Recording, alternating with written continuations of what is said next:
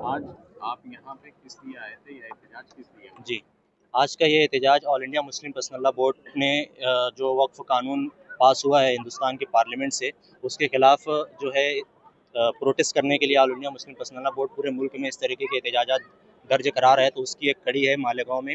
कल आपने देखा कि एक बड़ी तादाद में ख़वातीन का जम फिर मैदान मिलत ग्राउंड पे जमा हुआ। उसी कड़ी को आगे बढ़ाते हुए आज मर्दों का ये प्रोग्राम मालेगांव स्कूल में all India Muslim personal law board की तरफ से जो 2025 वक्फ कानून पास किया गया उसकी मुखालफत में। हम इस कानून की मुखालफत इसलिए करते हैं कि देखिए, हुकूमतें बनती हैं, उनका काम है कि नीति बनाना, लेकिन 2014 के बाद से जो सरकार आई है, आप देखिए कि वो लगातार नीति के साथ उसके पीछे उसकी जो नीयत है वो साफ नज़र आ रही है। एक तरफ ये कह रहे हैं कि हम इस कानून के ज़रिए मुसलमानों को अपलिफ्ट करना चाहते हैं, उनकी गरीबी दूर करना चाहते हैं, एडमिनिस्ट्रेशन सही करना चाहते हैं, लेकिन दूसरी तरफ उत्तर प्रदेश और उत्तराखंड की इनकी ही सरकार है, वो अपनी छत के ऊपर ईद की नमाज़ पढ़ने से मना कर रहे हैं और दूसरी तरफ ये कह रहे हैं कि हम आपकी ज़मीन लेकर आपको ऊपर उठाना चाहते हैं। तो इसके ज़रिए से इस हुकूमत की जो है नीयत साफ़ होती है, इसीलिए हम इस कानून की मुखालफत करते हैं। इसमें बहुत सारी चीज़ें हैं, इन्होंने इस कानून को जो है उम्मीद नाम दिया है। अगर हुकूमत नहीं मानती जी, तो आपका एहतजाज कब तक जारी रहेगा? देखिए, हमारे पास दो रास्ते हैं। आज भी एक मुकर्रिर ने इस बात की तरफ इशारा किया कि हमारे पास अदलिया है, सुप्रीम कोर्ट में हम पहुंच चुके हैं। मुस्लिम पर्सनल लॉ बोर्ड ने सुप्रीम कोर्ट में अपना पटिशन डाल दिया है, उस पर सुनवाई जारी है। एक वो रास्ता है, दूसरा रास्ता एहतजाज का है। 2014 से लेकर 24 तक इस हुकूमत के पास प्रचंड बहुमत थी, तो उन्होंने मुख्तलिफ कानून पास कर लिए, लेकिन 24 में देखिए कि आवाम ने धूल चटाया और इस कानून को पास करने के लिए पार्लियामेंट में 2 बैसाखियों को उन्होंने सहारा लिया। तो हम इस तरीके से उनको बताना चाहते हैं कि हो सकता है पार्लियामेंट में आपके पास बहुमत होगी तो इस तरीके के काले कानून आप पास कर लें, लेकिन इस देश की सड़कें, ये मैदान, ये आवाम जो है, सड़कों से इस लड़ाई को हम जीत के इस अहंकारी जो हुकूमत है उसको हम सत्ता से बेदखल करने की ताकत रखते हैं। ये हुकूमत, ये आवाम जो इनको हुकूमत तक पहुँचाती है, यही आवाम अगर सड़कों पर उतर जाएगी तो इनको हुकूमत से बेदखल भी कर सकती है। ये हमारा आज का पैगाम है। और कौन बोलेगा कोई? यहाँ पे किस लिए आए थे, ये एहतजाज किस लिए? बिस्मिल्लाहिर्रहमानिर्रहीम।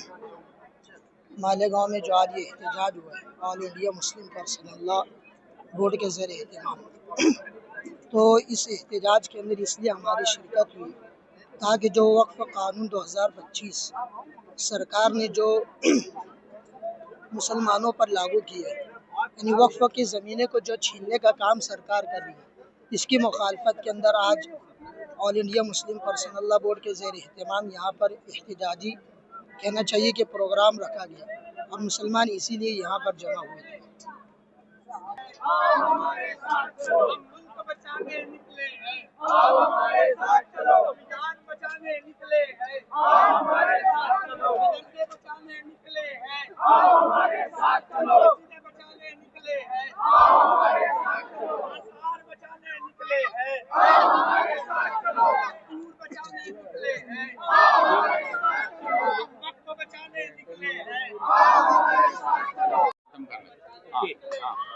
बातिल से दबने वाले आए आसमां नहीं, हम 100 बार ले चुका है तो इंतहा हमारा। आज मालेगांव शहर में all India Muslim personal law board की जानिब से मौजूदा हुकूमत का जो वक्फ का काला कानून मौजूदा हुकूमत ने लाई है उसके खिलाफ एक ज़बरदस्त एहतजाज हुआ था और मालेगांव शहर के गैरतमंद हजरात ने, नौजवानों ने, बुजुर्गों ने इस एहतजाज को कामयाब की अपनी मौजूदगी दर्ज कराते हुए इस बात का सबूत दिया कि हुकूमत इस गलत फहमी में ना रहे कि वो मुसलमानों को मुसलसल निशाना बनाएंगे और मुसलमान खामोश रहेंगे। मौजूदा हुकूमत इस गलत फहमी में ना रहे कि हुकूमत मुसलमानों को सॉफ्ट टारगेट करती रहेगी और अपना सियासी मुफाद हासिल करती रहेगी। आज इस इजलास में शरीक होकर इस देश के मुसलमानों ने हुकूमत को ये पैगाम दिया है कि अगर मसला हमारा ज़ाती हो, हमारा इनफरादी हो तो हम उसे बर्दाश्त कर लेंगे, लेकिन अगर आज दीन और शरीयत पर आएगी, मसला दीन और शरीयत का होगा तो हम खुद भी कुर्बान होने के लिए तैयार है और हमारे घर बार को कुर्बान करने के लिए भी तैयार है। हम all India Muslim personal law board की आवाज़ पर जमहूरी व कानूनी तरीके से हर हद तक लड़ाई लड़ेंगे और इस काले कानून को रद्द कराकर ही खामोश बैठेंगे, दम लेंगे।